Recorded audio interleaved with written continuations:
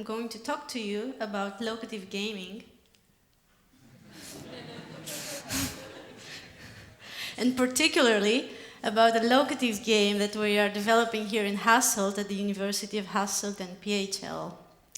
Locative gaming bring together two things. They bring together location and games. In terms of location, we usually think about GPS.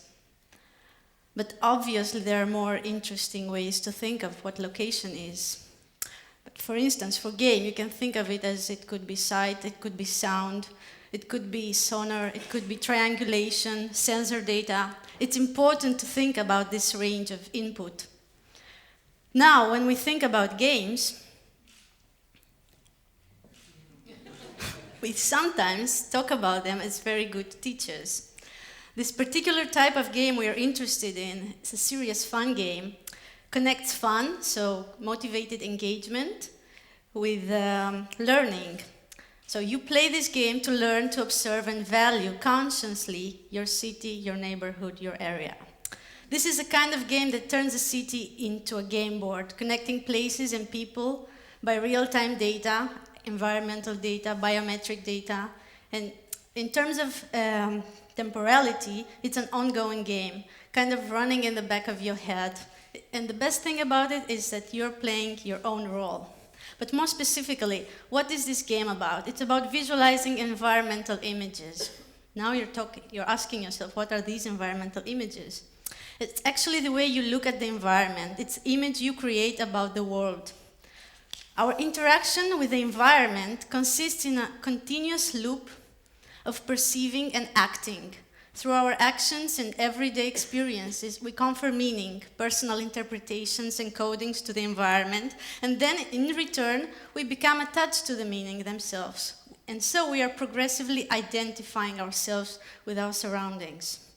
But why are we interested in environmental images? Because the cognitive studies have shown that people are not aware of their surroundings. We experience the environment in an almost unconscious way, paying little or almost no attention at all to the environment. And how could we possibly perceive the infinite amount of information available in the environment? Of course, obviously it's overwhelming for our limited brain capacity. So, a filtering mechanism is employed which filters out the unnecessary information and keeps in only information interesting for ourselves, feeding our ego with subjectively interpreted data.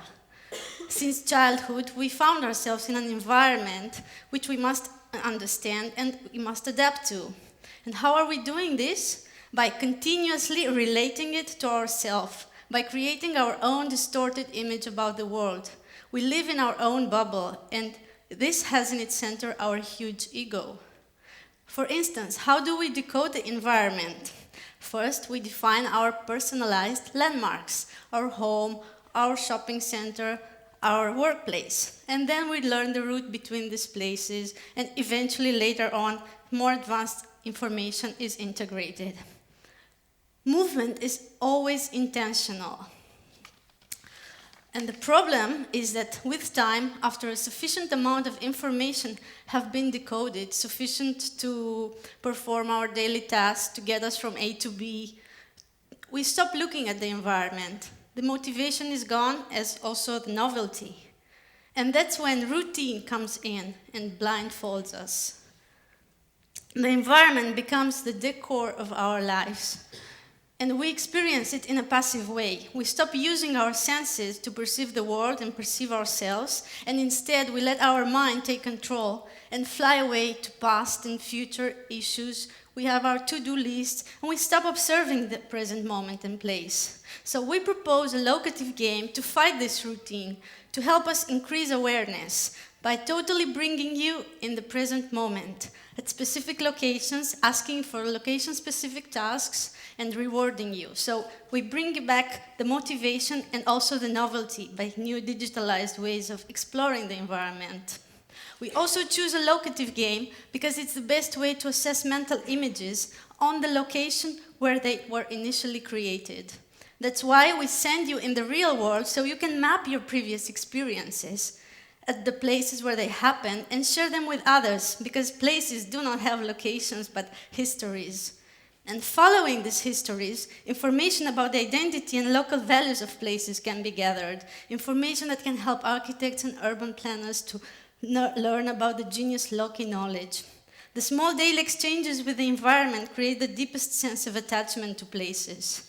The school, the corner tavern, the local church are architectural reminders of our past.